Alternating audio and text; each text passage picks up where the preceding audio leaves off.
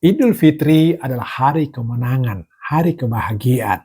Di antara kaum muslim saling silaturahmi. Di antara mereka saling berbagi hadiah.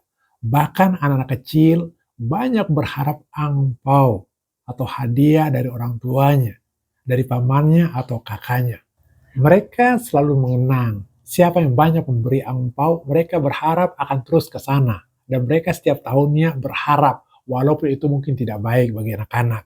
Tapi setiap anak kecil mengharapkan pemberian dari orang tuanya, dari pamannya atau saudaranya.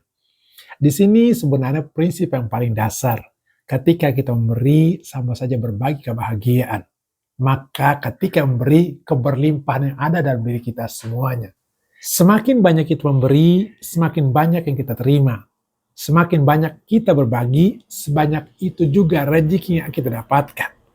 Makanya memberi di sini adalah lambang keberlimpahan. Di kampung dulu ada seorang pengemis datang pagi-pagi sama kawan. Pakai nastil, pakai sepatu, pakai baju rapi. Kemudian dia minta uang 5.000. Tuan rumah mengatakan bahwa tidak punya uang.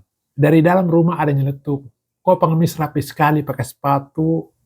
Akhirnya pengemis menjawab, lihat, delman pun yang kuda itu pakai sepatu, masa saya tidak bisa.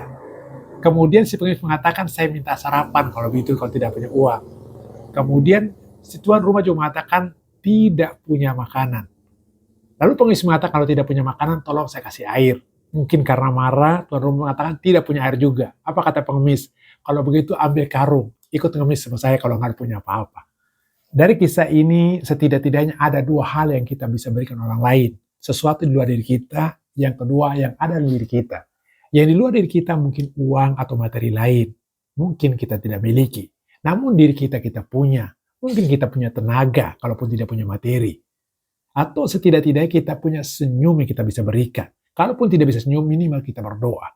Kalaupun kita tidak punya materi, mungkin kita bisa beri perhatian ke orang lain. Bisa memberi doa, bisa memberi semangat atau spirit, atau kita bisa menyapanya dengan kata-kata persahabatan yang buat mereka tenang. Kualitas hidup kita sangat ditentukan dengan apa yang kita berikan.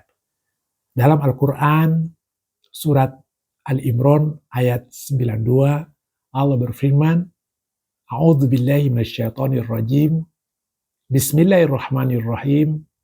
Lan tanalul birra hatta tunfiqu mimma tuhibbun wa ma tunfiqu min syai'in fa innallaha bihi alim. Kamu tidak akan memperoleh kebajikan sebelum kamu menginfakkan sebagian harta yang kamu cintai. Dan apapun yang kamu infakkan tentang hal itu, sungguh Allah Maha mengetahuinya.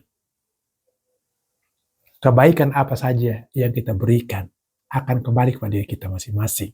Dan Allah mengatakan, tidak akan sampai kebajikan sempurna sebelum apa yang kita berikan yang terbaik dari kita masing-masing. Kita dianggap sempurna kebaikan kita ketika kita berikan kualitas terbaik dari kita masing-masing. Kita berikan totalitas, mungkin perhatiannya akan berpengaruh buat orang lain. Berikan doa terbaik akan kembali ke diri kita masing-masing. Dan ingat, apa yang kita berikan, semua akan kembali ke diri kita masing-masing. Dan pemberian terbaik, itulah kualitas hidup kita. Kebahagiaan tertinggi ketika kita bisa berikan yang terbaik buat orang lain. Wassalamualaikum warahmatullahi wabarakatuh.